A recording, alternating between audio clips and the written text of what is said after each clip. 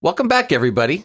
We are here at the music store with a very interesting interview today, something a little bit out of the ordinary. We are going to be interviewing the very radio station that we are on, WBNJ. We have with us Mr. Bill Clanton Jr.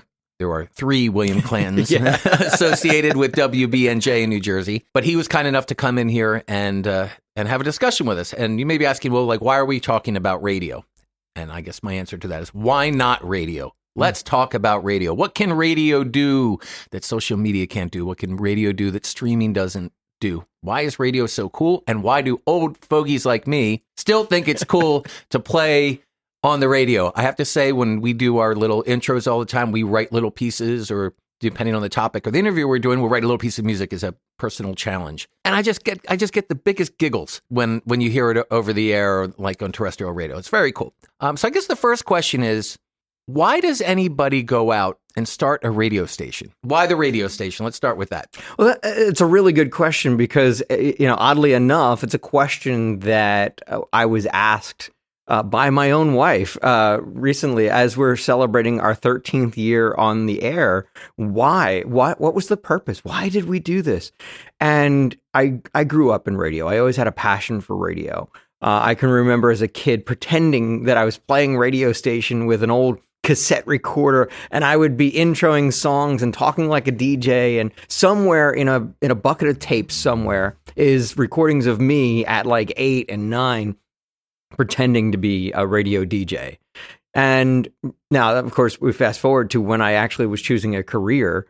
I remember pounding my fist on the table telling my father I was not going to have a career in radio. I'm not going to be a radio DJ. And I'll back up a little bit, because I started working for a radio station, and I just didn't want that to be my future career. That to me was just a job when I started there at 16, working for a radio station. I was like, this isn't going to be my career.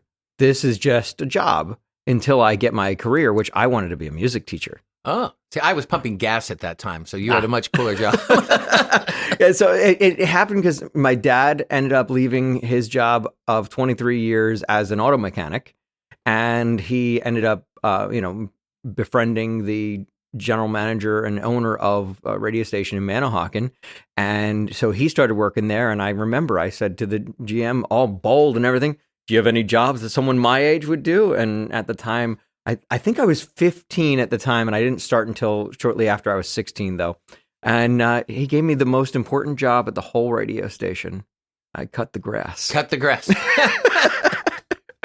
But the joy of that was, and this is what I don't think that maybe the younger generation now may not have an appreciation for any vocation, whether it be radio or any other type of industry, even in the music industry, is I had the pleasure of hanging out with the DJs while I was waiting for my dad to pick me up after I finished cutting the grass. So several DJs that I'm still friends with today took me under their wing and said, okay, here's the mixing console. Here's how we record things. And back then, we were still using CDs manually and things called carts in radio. And they, for those who don't know, they look like 8 tracks. Yeah, they look like 8 tracks. So we had carts, and I was learning all this stuff, but I had the benefit of being there at the dawn of digital audio editing. So that's something we can get into a little later on. But going back to your original question, why radio? For me, it's always been a passion. But I also think about something too, like in this day and age, why do we need radio for information? We've got, Facebook, Twitter, we've got TikTok, we've got all these Instagram, all these different social networks right at our fingertips. Why do we need a radio station?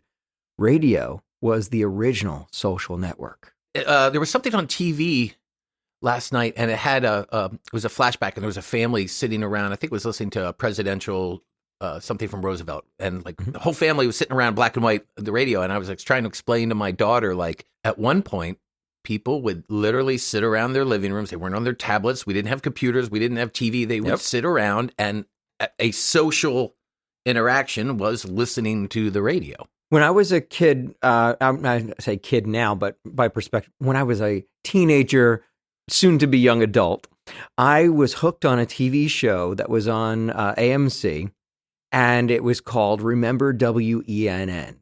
And the whole TV show, it was this funny sitcom, and it was produced by the guy who did the Pina Colada song, Rupert Holmes. He was one of the producers and did all the music for it.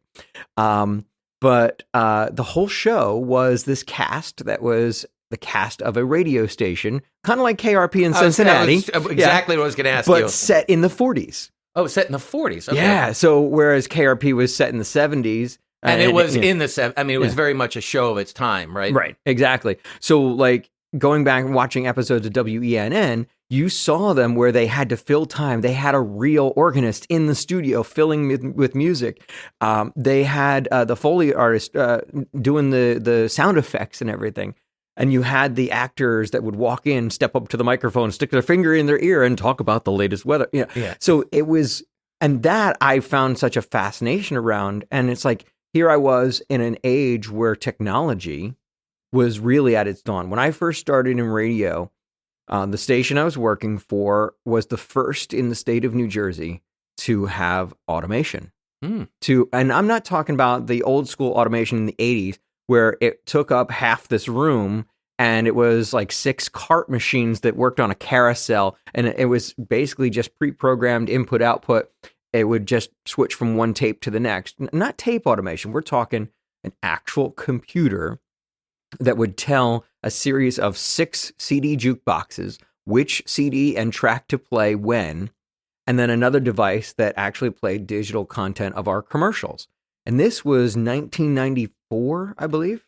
This is why I love our interviews, because I think we're going to talk about something and then it goes in a different direction. So when I hear that, it immediately makes me think that once that is automated, then the decision-making of the DJ or the local programmer can now be subjected to a programming overlord. And did that then homogenize the music that was being played? What did that do to the art of radio when it went from like, I don't know, the DJ's feeling something, there's something in the air, and oh no, I'm going to put this on, or you know what, it's a new record, I'm going to play it 3 times and drive everybody crazy.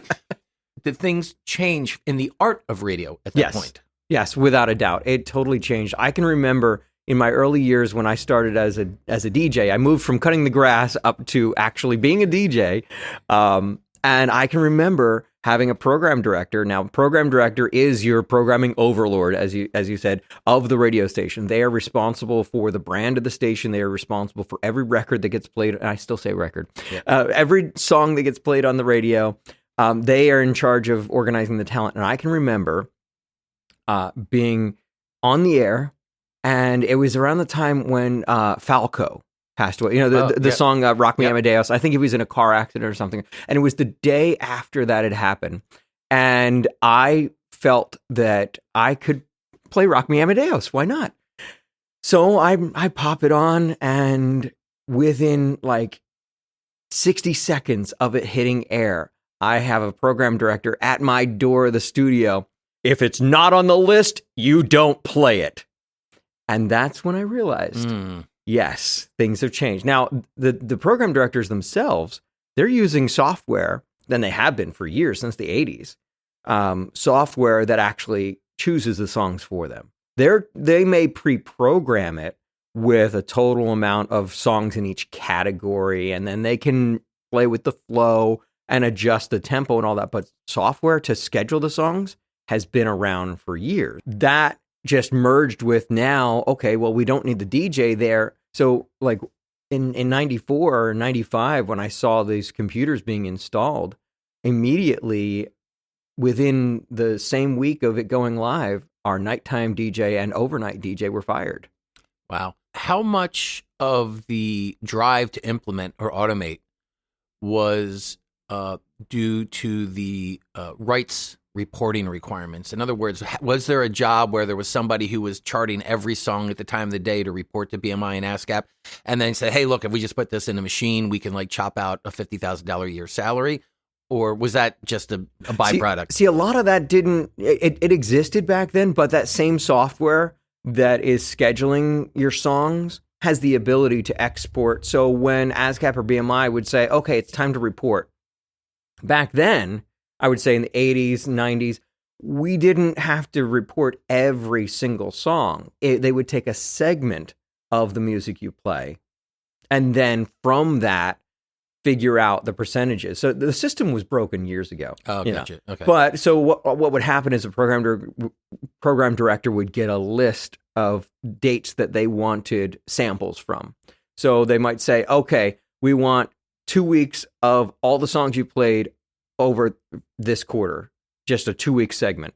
So then the software actually had the ability to extrapolate that and output a text file that was then sent to ASCAP or BMI that said all of these songs were played in this time period. This is long before we have the tools we have today. It's long before internet streaming. Mm-hmm. Internet streaming for radio stations really did not get embraced until, I would say, the early 2000s, 2003, 4, 5, around that time period. And when it first started, it was the wild, wild west. No one was licensing anything, and everything was going out streaming. And that's when, I believe it was around 2005, that's when Sound Exchange started stepping in for performance rights. And then ASCAP and BMI had to, backpedal a little bit and say, oh, wait, now we want retroactive licensing of everything you've ever streamed back to a certain date.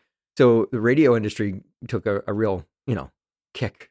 Yeah, let's just take a side note. Maybe you can explain for listeners.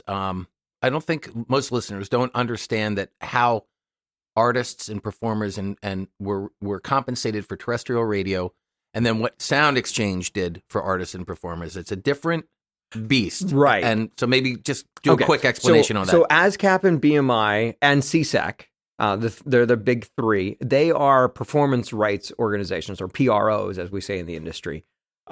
So a PRO is responsible for giving the royalties to the songwriter and the song producer, not necessarily the artist. So, for instance, you look at, songs that, say, for instance, Neil Diamond wrote for the Monkees, or Paul Anka wrote for Frank Sinatra. Frank Sinatra was the artist. Frank would not have gotten royalties on My Way. Paul Anka would have, because he wrote it. And that's what ASCAP and BMI did. But then Sound Exchange comes in and says, well, what about the actual performance of that piece of music? How are we compensating the performer? So that's your situation where... but that is only for streaming. That is not... Right now, it is only for streaming, and we are hoping that it never comes to terrestrial radio. And the reason I say that, and this is one of those where people can, talk to their congressman and make their voice heard about how it will kill the radio industry. If radio suddenly had to start paying performance rights, that would be the biggest slap in face for what radio has done for artists for at least 100 years. Now, so that's interesting. That's taking the other side of the argument where artists would be like, hey, you've been playing my music forever and I don't see a dang penny. Right. And then somebody like Bob Dylan, who's got 1,000 songs covered, is just rolling in money. Right. And the thing is, would you have known who Bob Dylan was if had it not been for radio? Well, it's a chicken or the. I'm not disagreeing with you. I'm just taking the other side of the argument just to have the conversation. Nowadays, that argument is a good argument. Yeah, because nowadays we don't discover music on radio like we used to. We discover music. Whether we hear it in a social media post, we hear music on YouTube. Like YouTube is like my go-to to check out a new song. So honestly, today's standards, yes. But if we look back, going back to the 50s, the 60s, the 70s, 80s, would the careers of Madonna, Bruce Springsteen, would they have been the same if radio didn't exist? Or if playing their records was too expensive for the radio station. Right. I mean, and there's a whole other show that we could do about the fact that there were gatekeepers at the time that filtered out all the garbage, and you had somebody talented like Springsteen and Madonna coming out, versus now some of the garbage that has 40 million views on YouTube is like, oh, I went viral. Yes, now I sound like a grumpy old man. But anyway, that's a whole different conversation. What does that actually mean, going viral anyway? It's like monetarily, what does that mean? I'm old enough that going viral scares me. I got to go to the doctor to get a shot in the butt. I don't want to go viral. Yeah, we're out of the pandemic. We don't want to talk about going viral. Yeah. So that's a good lead-in. So now there's the the history of radio and how it worked, and gave us a little background. So that leads into, where's radio going? Where does radio fit with this social media streaming component, media on demand, and things like SiriusXM, Pandora, iHeartRadio, where it's different? Now, the one thing about Sirius, which is interesting, though, is there are still DJs there. Yes, there are. And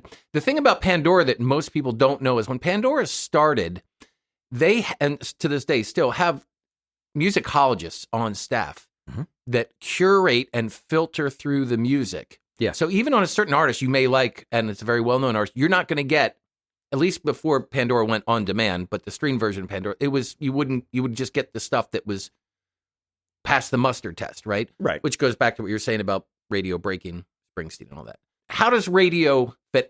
I'm not convinced. I wouldn't be doing this show if I didn't think that radio's got a next life. It's got a next step, that it requires people like yourself to think outside the box. So where are we going? Radio has a huge advantage, and I think anybody who's in the radio industry who is not capitalizing on this advantage is doomed to fail. And I go back to, I worked for a major radio conglomerate for 24 years before I set out on my own to go into digital marketing and running my own radio station. Two things that, yes, by today's standards would seem like opposite ends of the spectrum. But we're in the content business. And there's a term on the internet called content is king. If you want your product or service to be recognized on the internet, you have to have content. If you want your brand known, so whether it's social media or the radio, you still have to get the word out. The word about who you are, your brand, your voice, your music, your product, you still have to get the word out. So for radio, we've been in the content business for close to almost 100 years. We as an industry are the content generators that if there's a radio company out there that's not providing podcasting services, not providing streaming services, I said this about 10 years ago when I was working for the big radio conglomerate and streaming was questioned. Like, why do we need to be on computers? Why do people need to hear us on the computer when they've got us on their car radio? They've got us in their radios in their house. Why do we have to spend all this money to add all this? And I said, just because it's streaming, does it stop being radio? Just because the towers are not being used. Yes, we're spending millions of dollars on towers, antennas, transmitters, and big electric bills. But does it stop being radio because the listener at the other end of the microphone listens to it on their phone, their Echo, their Google Home, their car radio that now has Wi-Fi enabled? Or Sirius, does it stop being radio? And I can remember at the time being looked at like I was crazy. Well, it's a totally different medium. Yeah, of course it's not radio. It's a computer. No, it's still the same content. And we now have the greatest advantage over any new digital startup is that we've been in this content business since the beginning. We should be professionals at putting this content out. We produce content 24 hours a day, 7 days a week. Do you think some of the older school people that gave you pushback for that sort of contributed to maybe radio not leading the charge more 10 years ago? I think so. Yeah, it's kind of like, and I'm not getting political with this comment, but silver-haired men sitting behind desks running a country that ask a lot of silly technical questions of a social media company CEO. It's kind of that same mentality was in the radio industry. And I think it explains a lot. Radio could have been moving ahead faster, I think, if we spent more time focusing on the internet and not some other areas. And I'm sure there are people who know me in the industry that are like, oh, he didn't go there. Yeah. If radio would have spent less time worrying about things like HD radio and focused more on embracing internet as a distribution point, we would be leaps and bounds ahead of where we are. That's been my argument for years. But at the time, I worked for a big conglomerate that was like leading the charge for HD radio. And so I had to know when to bite my tongue. And I've had those situations. But to the whole point of what you're trying to say here is radio has the local advantage too. Yes, the Congress lifted certain rules against, FCC lifted certain rules against, it used to be you had to have a studio in your city of license, and you couldn't, your corporation, like you couldn't have a corporate headquarters in Florida and have a studio in New Jersey and run everything from Florida. That used to be, but they removed that rule. Oh, really? Yeah. So now a lot of those rules that prevented big companies like iHeart, Emis, and I'm not sure what companies are still around. I won't mention any of the big companies that are local to this area that I used to work for. But the point is that these companies can just put one studio and one person programming all the music and voice track everything and run 20 radio stations out of one building. And that building can be in Houston, Texas, and those DJs never step foot in New Jersey. Yeah, that just sits wrong.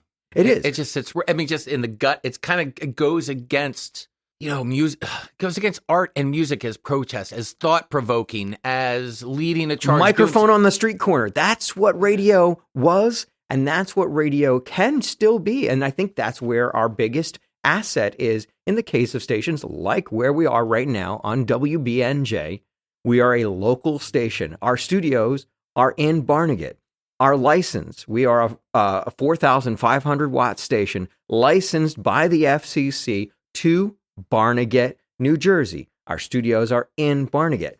There's also rules that the ownership of the station had to live, at least 2/3 of the ownership and management of the station had to live within 25 miles of the city of license. A lot of those rules for commercial radio stations were removed. Now, I can tell you right now that all of our staff, with the exception of one person who sends in programs from Savannah, Georgia, who used to live in Barnegat, but he sends in programs from Savannah, Georgia, almost everybody involved with WBNJ is local. And that is the great asset that we have, is we are local. You're not going to get local from the other big stations that are being programmed from one central point pushed out. You're not going to get local from a Pandora. You're not going to get local from a Sirius satellite radio. I'm just, calling it what it is. You're not going to get a news report about, the Southern Regional Golf team on your satellite radio. And that leads into this question. Our show is on Sunday nights at 6 p.m. on WBNJ 91.9 Barnegat, New Jersey. It's the old original model of radio where when that show airs and it comes out of the tower, it's here, it's gone. So at one point in time within local community, that worked, but it required people to listen at a certain time. So let's say we had the local fire department gave the update on, whatever happened that week, and the police department, you had to listen at that time. Now, because of streaming, the integration with streaming, I broadcast my show you broadcast my show Sundays at 6:00. Right. On WBNJ, Barnegat, New Jersey. In case anybody missed it. Sundays at 6 p.m. Yes. But however, we are also streamed, and Correct. we are available through all the major podcast networks, Apple, Spotify. Right. And available at WBNJ.org and on your smart speakers and devices. Yes. So now that model is broken to the point where, okay, I'm thinking we're a scrappy radio station. It's community. We're servicing the community. We have that component. But we also have the freedom to do things that are a little different, a little edgy. But we have global distribution. Now, we have global distribution through the podcast networks themselves. But now there's also apps that integrate radio stations. So a little quick story. My wife and I and my family in the fall, we were sailing in the Caribbean, small sailboat. There was a captain. And he's like, oh, my friend from Tortola has got a radio show. And he pulled up like Global FM, I think it was. And even though we were 30 miles from the tower on the ocean where radio went, he was listening over an app, right? So now we are not time restricted. So how then does community go global. Now, the good thing about the podcast is you can time it, right? So now your community I didn't miss the show. I missed the show at 6:00. I'll listen on the podcast or the replay at 9:00. No problem. So that's great for community. But now you have global reach. So at what point are you no longer a community radio station, but you're more like a community content that's created within the community, but with a global reach? How do these things balance? Well, we have a lot of listeners that actually like to kind of get a taste of the Jersey Shore. You think of this as this area, not necessarily, you may not think of Barnegat as being this big mecca for people coming here, but actually this whole region is where people from all over the world come to vacation. So we have several listeners that are outside of our listening area that tune in regularly and send us letters that they love the programming, or they might say, I used to live in Barnegat, and I listen all the time. I actually had Harry Connick Jr.'s cousin, who lives in the Florida Keys, send us a letter a few years back that said, I'm so glad to hear you playing my cousin's music on your radio station. We listen all the time from the Florida Keys. So we have this kind of, we're hyper local. Yeah, we can be hyper local, but we also have people that just love that hyper localness. The DJs that talk. We have a lot of what's the word I'm looking for? Those that they spend half the year in Florida and half the year in Jersey. The weather guy comes to mind. The guy who does the weather before our show. Where's he from? I think he's actually from somewhere in Monmouth. Yeah, he's forget it. Snowbirds. That's the word I'm looking for. Snowbirds. They're going to the villages in Florida, and they take BNJ with them. So right, and that's the advantage. So people come into our area, they hear the station, and they're like, "Oh, by the way, you can take us with you when you leave." So we have that. But as far going back to what you're saying, what do we do for the global audience versus the local? I think the global audience understands that it's local, and they like that. See, there you go. Right. So if you were to change the format or the approach of the station to appeal to a global audience, then you get all the crappy commercial radio that exists to this day. We would be back in the same crap radio. Yeah, can exactly. I say crap? I'm sorry. No, you can say that. Yeah, you can, it's okay. Let me check with the legal one. Yeah, you're good. All right. No, but that is it. Because anybody can just put on an automated jukebox. Anybody can go to a jukebox. It's no different than in the 1950s. You throw a couple dimes in or a nickel. Right. I think now a nickel. I remember when a song was $1. I don't know what a jukebox costs anymore, if they exist anymore. But anybody can be a jukebox. Anybody can put on a playlist of songs. It's the commentary in between. It's the localism. It's the DJ sharing information about that artist. It's the anecdotes. It's the commentary. That's what I think people are missing when you go to a network. Why do you think Sirius XM has DJs? If all people wanted was a jukebox, then they didn't need to hire all these DJs. I actually have friends of mine that have worked in the terrestrial radio world that are now DJs working for Sirius, and they're on FM. They're moonlighting, we'll say. Yeah, especially when you're within a genre, right? So, like, I'll listen to, for instance, like the Outlaw Country on Sirius XM. Yeah, it's a good one. And it's the DJs really set the tone for what that music is. It just in their stories or what concerts they're going to. And so for the terrestrial broadcast, we're getting close to the end, but we're going to keep talking. That will be included in the podcast. So now let's maybe talk about that. How the technology can augment. No. So we're going to keep the conversation going. In my mind now, I think about everything that you said, and how do you keep that local flair going? And I think it's exciting that people would be attracted to that. And we're New Jersey, right? If there are some states that are uniquely identifiable and I think Jersey's one. Certainly characteristic, like people from Jersey. Yeah, what's it to you? Yeah, what's it to you? And then we got the pork roll versus the Taylor ham, the pork roll versus Taylor ham. Do people say that about South Dakota? Maybe not. No. Montana's Wyoming. Nice. Yeah, Wyoming. So do you then encourage more New Jersey oriented things, right? And where does it go from being Barnegat to Ocean County to all of New Jersey? Where's the limit on that circle, that circumference of coverage, right? And then it leads into Why are there no shows where it's like, it's the Jersey Band Show, and we're covering all new original music being put out by teenagers and kids and adults in our state, New Jersey. We have great music here. We have great artistry in New Jersey. Don't let anybody tell you otherwise.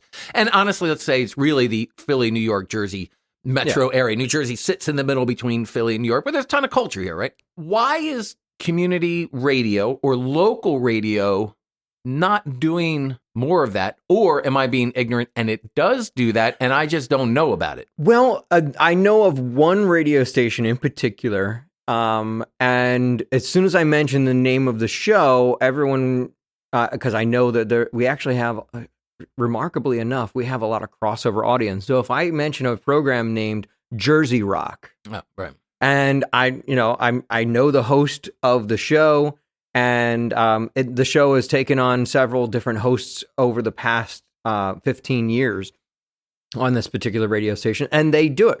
They focus on local musicians. Here's the thing, though. It's one show. Now, and that's great. So it's one station, one show. On BNJ, a lot of people may not know this, but we have several local artists that we play in regular rotation. But I'll go back to the first question you asked. Why is radio not doing that? Because it comes down to pretty much the pre-programming of everything and record labels. So if you're not assigned, I can remember when I first recorded a few songs trying to get radio stations to play my music. And it was always, well, you're not signed. Well, you're not signed. Well, what does that matter? My music is still good. Even though I don't have a big corporate entity behind my music, it's still a good song. No, you're not signed. We won't play you. And I think that's where the radio industry kind of broke the whole model of where it was in the 60s. You think about the 60s, and you had guys singing on a street corner that, got together enough money to walk into a studio and record a demo. That demo was played on the radio. And then next thing you know, they've got record deals. Now, we won't even get into the royalties on those record deals and how a lot of them really got the raw end of the stick. But as far as local goes, we love to support local musicians. I wish more local musicians would send us recordings and demos. I mean, you're like a unicorn, though. I just hearing that is unbelievable. Yeah. So, for instance, those who listen to the station, we have we actually play their version of Smooth Operator, a group called Yvonne and Jack. Now, it just so happened that I worked with Yvonne's husband in my previous career, and he was a well-known radio personality in the area, and he gave me her CD and said, "Hey, check this out." Yeah, but if it stunk, you wouldn't have played it. Right. If it stunk, I wouldn't have played it. There's a guy, there's a duet we play on the station, and everybody swears that it is Frank Sinatra and Barbra Streisand. And it's not. It's actually a local singer by the name of David Sedano. And a woman he was singing with, her name is Michelle Rico. They're New Jersey people. They're Jersey people. Dave gave me that CD 13 years ago and said, "Hey, what do you think of these recordings I did with my friend Michelle?" And Dave was a Sinatra impersonator. And he would go around. He was known for playing around in the area on LBI and stuff. And he said, "Here, check this out." So I played the recording, and people love that song. It got so popular. Here, again, going back to radio, bringing focus on a local musician. I got so many requests of people wanting that song that he had to go and release it on iTunes. Because of the demand here on the radio. Because everybody thought, oh, what's that Sinatra and Streisand song you're playing? And it's not. But that's a situation where those are two examples of local musicians we play. The other day, I was spinning a track from Joey D's Rockin' Oldies band, which our listeners of the station know Joey D's Rockin' Oldies. They released an album last year. And because they weren't playing out during the pandemic, so they went and recorded a CD that they're now selling when they're playing their shows. They're one of the area's, most sought after oldies bands. They wrote an original song called "Take It Home," and we play it on WBNJ. What do you wish you had or foresee coming down the pike for WBNJ? And by that, I mean, is there something content that you can imagine, or some type of show, type of music, access to something that you're saying to yourself, man, I just really wish somebody was banging on my door with an idea to do X. Yes. So what's the cutting edge? What is the crazy idea? What is the next thing? Well, the toughest thing is to narrow it down to just one. That's just, how we're very much alike. My brain goes a mile a minute in 20 different directions at any given time. One is I definitely want to bring attention to genres of music that are underserved by normal local terrestrial radio. I'm looking at, there's a whole genre of music called electro swing. So we're actually diving into developing programs around electro swing, groups like Postmodern Jukebox, where they've got that retro throwback sound, but they're playing modern tunes. That's one thing that's cutting edge. We're actually working on a project called Variant Vibes, which we'll talk about in another show, because it's super cutting edge technology wise. But first and foremost, I want to see the content that we're generating at BNJ be reaching a wider audience, and not just through WBNJ, but actually syndicating our content, which we are working on that actually behind the scenes with one show in particular. I actually, just before we started recording the show, I had a short meeting with one of the hosts of our Riptide Rollers automotive talk show. Mm-hmm. And we are discussing the next steps to take that nationwide. Produced here locally. Yeah, that's great. And that's sort of what Wait, Don't Tell Me was, right? Weren't they out of Chicago? Oh, no, you're thinking of Car Talk. Oh, well, Car Talk was Massachusetts. Right, WBGO, Boston. Yeah. But yeah, exactly. Wait, Don't Tell Me. Was Chicago. Chicago, and they're produced and they're distributed through NPR. Car Talk with Click and Clack. Yep. One of them one passed, and then they don't have the show anymore, because they actually got into a bit of trouble over something that I think could definitely come back to bite radio. So as we're trying all these new things, they got in a little trouble over transparency. If something is a recorded piece of content, you have to tell the audience that portions of this broadcast were pre-recorded, or some portions of this broadcast were edited for air, whatever. Portion of this broadcast were pre-recorded and edited. Exactly. Okay. Yeah. So, but that's one thing, is where not only looking at taking the BNJ stream worldwide even further and provide more channels of content, because BNJ itself, the concept for BNJ, I got from two different things. One was I used to listen to a station that was WRDR in Egg Harbor City. And they were on 104.9 in Egg Harbor City. It's changed ownership numerous times, changed format numerous times since then. But their moniker was Unforgettable Favorites. And I used to listen to them all the time in my teen years. They played everything from Sinatra to the Beatles, with some Carpenters and Harry Connick Jr. mixed in there. They had a great sound. Another one was I'm drawing a blank on It'll come to me. A station in Long Island, New York, is 1100 AM in Long Island. Same deal. They had a similar format, and I really liked the format. And I said, well, what if somebody took that format and then mashed it together with a good feeling oldies positive format? And I said, well, and then I thought of the line from Miracle on 34th Street, when Santa Claus is asked about Christmas, and Christmas is still Christmas, and Christmas isn't just a day, it's a frame of mind. So I said, well, what if we took that same concept to radio, and we say, well, it's not about a genre, it's not about a format, it's not about a decade, it's a frame of mind. Is it music that's going to make you happy? Is it music that's going to just make you feel better that you've tuned in the first place? And that's our philosophy. Do you worry that when you focus on the oldies, that you're going with an older demographic that is decreasing over time, not increasing? Is there an issue with that? There is, to an extent. That actually is a topic of discussion that not a month goes by without us saying, do we evolve with the audience? And we did an experiment with that. For about 6 months, we flipped our format to drop everything older than 1964. and we dropped all standards. So there was no Sinatra on the station, no Dean Martin. All the standards were gone. We focused on 64 all the way up to 81. It was a kicking format. I mean, it was rocking. We were playing great stuff, early Michael Jackson stuff in the mix, disco tunes mixed in there, and then really heavily focusing on that, Woodstock rock and all. And it was just a powerful format. But the amount of feedback that we got about that change, I could not ignore. Really? And it wasn't positive.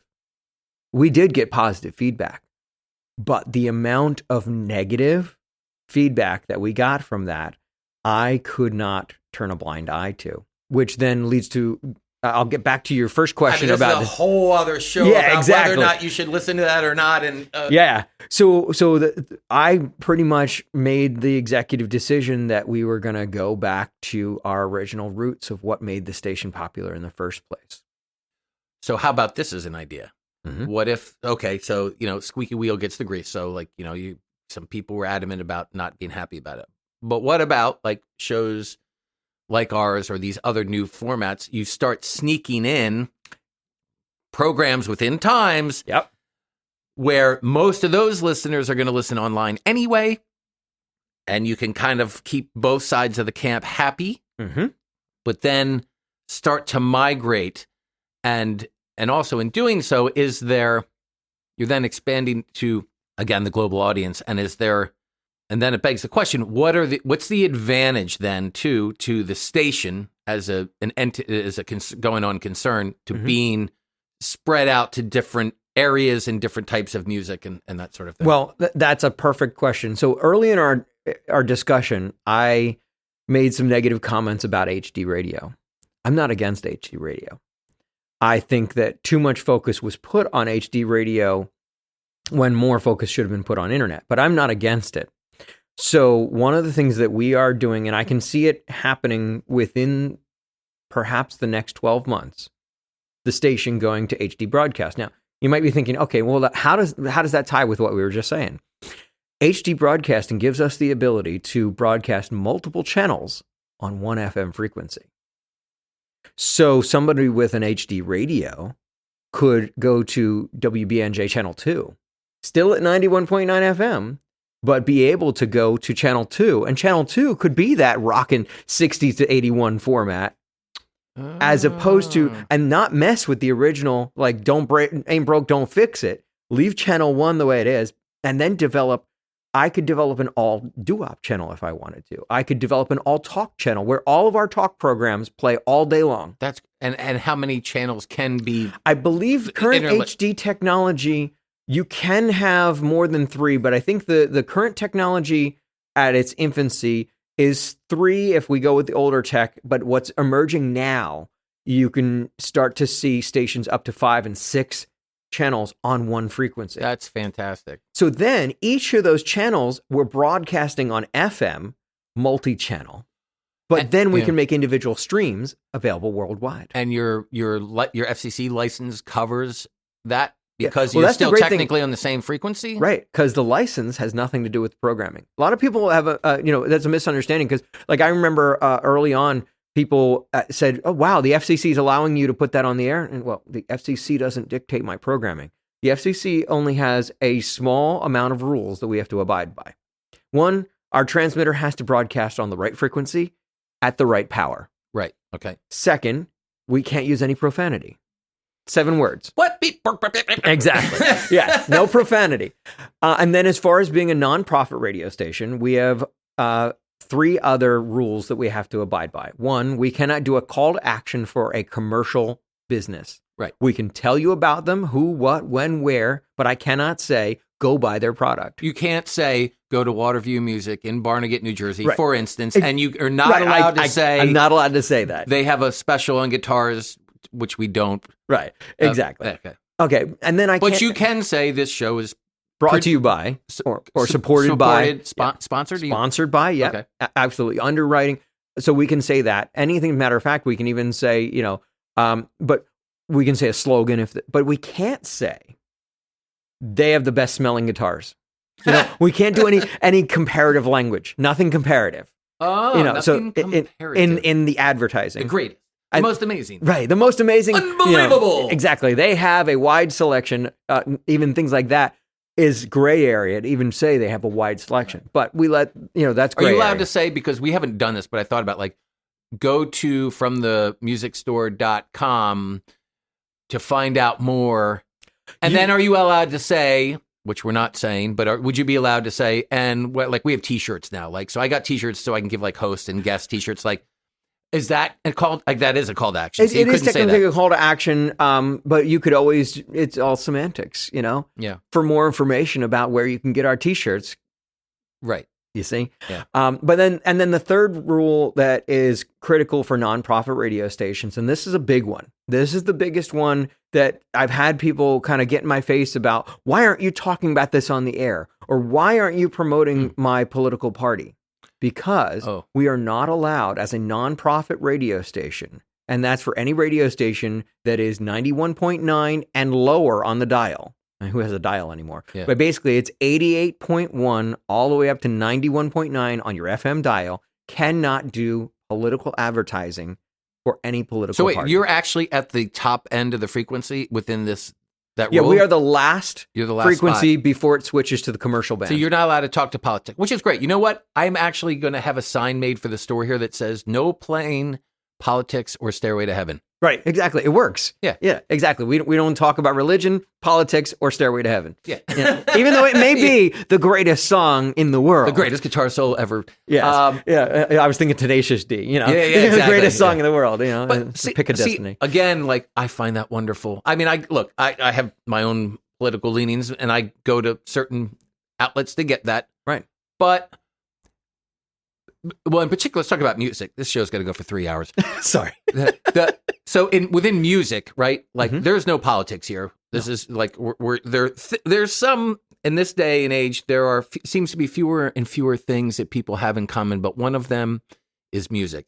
It's rhythm. Right. It's the energy that you get out of performing a real, actual acoustic instrument where the strings are vibrating in the air. Mm-hmm. It's a thing that combines us. Right. So, in my view, politics does not belong there. No, at all. No.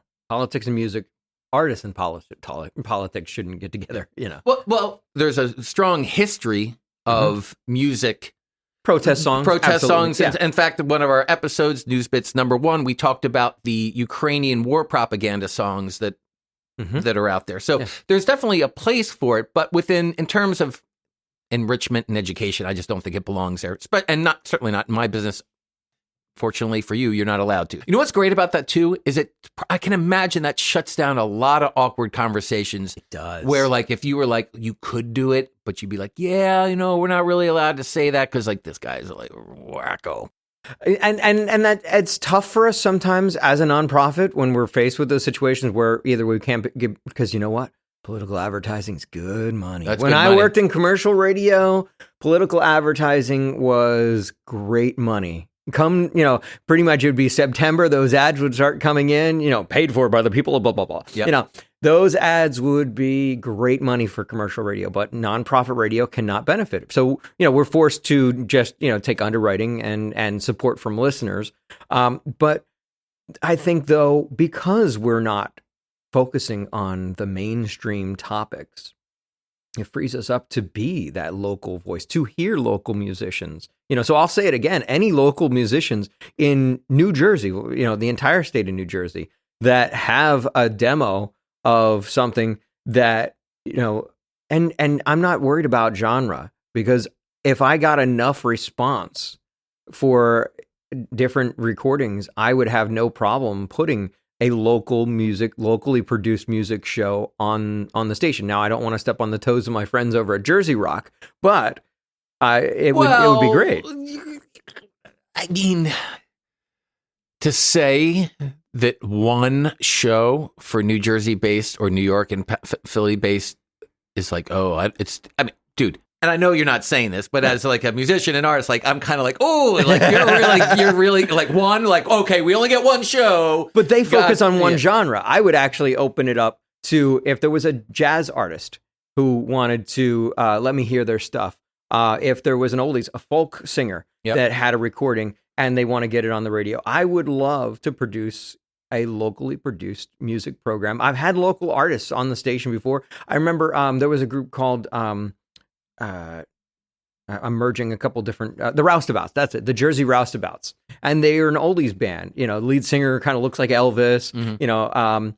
At Carlos, and they came into the studio a few years back, and we actually had them play live in the studio. That's great, and we had such a blast. So that type of thing is what's going to change radio, because you're not getting that. The local guy is going to have to go through too many hoops to get on radio. And why try to get on radio? Well, why not? Right. Interaction for radio and live. In other words, the classic radio call-in, right? So online media and streaming, at least in terms of like the at-home bedroom content creator, it's the technology, between the audio and video companies that are making the tools is starting to expand where that's becoming more and more realistic, right, to do that. But radio, like you said, radio sort of invented that. Right. Is there a place in your mind where that becomes or is enhanced as more of the experience of what you guys are doing? And if you do that, does it make that real-time listening of radio more relevant? In other words, can we reinvigorate the technological history of real-time radio by changing the content or including in the content live interactions with the people in the community that it's servicing? Well, live interactions always have a whole, energy to them. When we do our live request shows, for example, most of the time, for instance, our Memories and Music show, it's usually pre-recorded. So there's our disclaimer. Yeah, it's usually pre-recorded. But every quarter we pick one Friday night where we do the show live, and it is such an awesome thing where people are calling in, and our phones pretty much for 2 hours straight don't stop, because they don't usually get to talk to the DJ, and they're getting the opportunity to actually call in, not only get their song played, but talk to the DJ, ask questions. So I think that is the pretty much still a value for broadcast radio, and people still will schedule to tune in to things. And that's all the more reason that if radio was more live, whereas a lot of radio stations are voice tracking now. So they've trained the audience that it's not live. They've trained the audience already that you don't have to listen, just tune in whenever you want. Right. Whereas now with BNJ, like for instance, with the exception of sports, I don't mean to interrupt, but I would imagine sporting events. Yeah, obviously, if it's something that's happening live, that's no, totally. I mean sports talk radio. Sports talk radio is a lot of times they are live. Yeah. Some of that might be pre-recorded. You don't know. Listen for the disclaimer. Yeah. But I think though, when you mention, pretty much the bedroom podcasters, I am flattered, because anybody. What do they say? Imitation, is the highest form of flattery, So I see those who are the bedroom podcasters be the people who probably used to have a passion for talk radio, used to have a passion for radio. And what are they doing? They're imitating us in radio.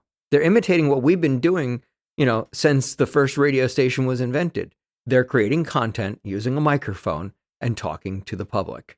So it's like I can look back and say, yes, I was a radio professional. I am a radio professional. It's been my career this is my 30th year in radio. But the thing is, anybody nowadays can just pick up their phone, download I'm not necessarily endorsing any one network, but I use the Spreaker network for some of my podcasting. They have an app you put on your phone. You sign into your account. You hit the record button. You're live to the world. Right. Yeah. And not only is it live to the world, you can then hit stop. And as soon as you hit stop, anybody who missed your program can now go back and listen to it as a podcast. Yeah. Yeah. I mean, we're definitely at like an awesome time for content creation. Yes. Which, again, a whole other show, but it's leading to an avalanche of of material. I think I heard the stats on how much stuff gets uploaded to Spotify every day, and YouTube is it's like a human lifetime a day at YouTube. It's unbelievable. We're going to wrap it up right now, and we'll get 2 episodes. So this will be airing 2 Sundays in a row. Mm-hmm. And of course, you can go to fromthemusicstore.com and get the full podcast. We have a contact form on our website. Anybody who wants to chime in and say something, either in support of radio or against it, send us a note. We'd be really curious to hear what you have to say. I want to look. We're going to have you back on many shows as anytime, as sort of like an auxiliary host. One of the things I want to get into is discussions with some music attorneys and talk about license rights and how that can, I think, be a hamper to creativity, and how that the community radio entity, as defined legally, can help support maybe creative works that otherwise wouldn't get done, by the bedroom podcaster. They do have certain limitations that they are unaware of. So I think that's a different show. We're definitely going to talk about it, and I'm absolutely hands down going to have you back. But everybody, thank you so much. This is From the Music Store on WB. You do. It's your station. From the Music Store on 91.9 WBNJ. Thank you so much. We'll see you next week.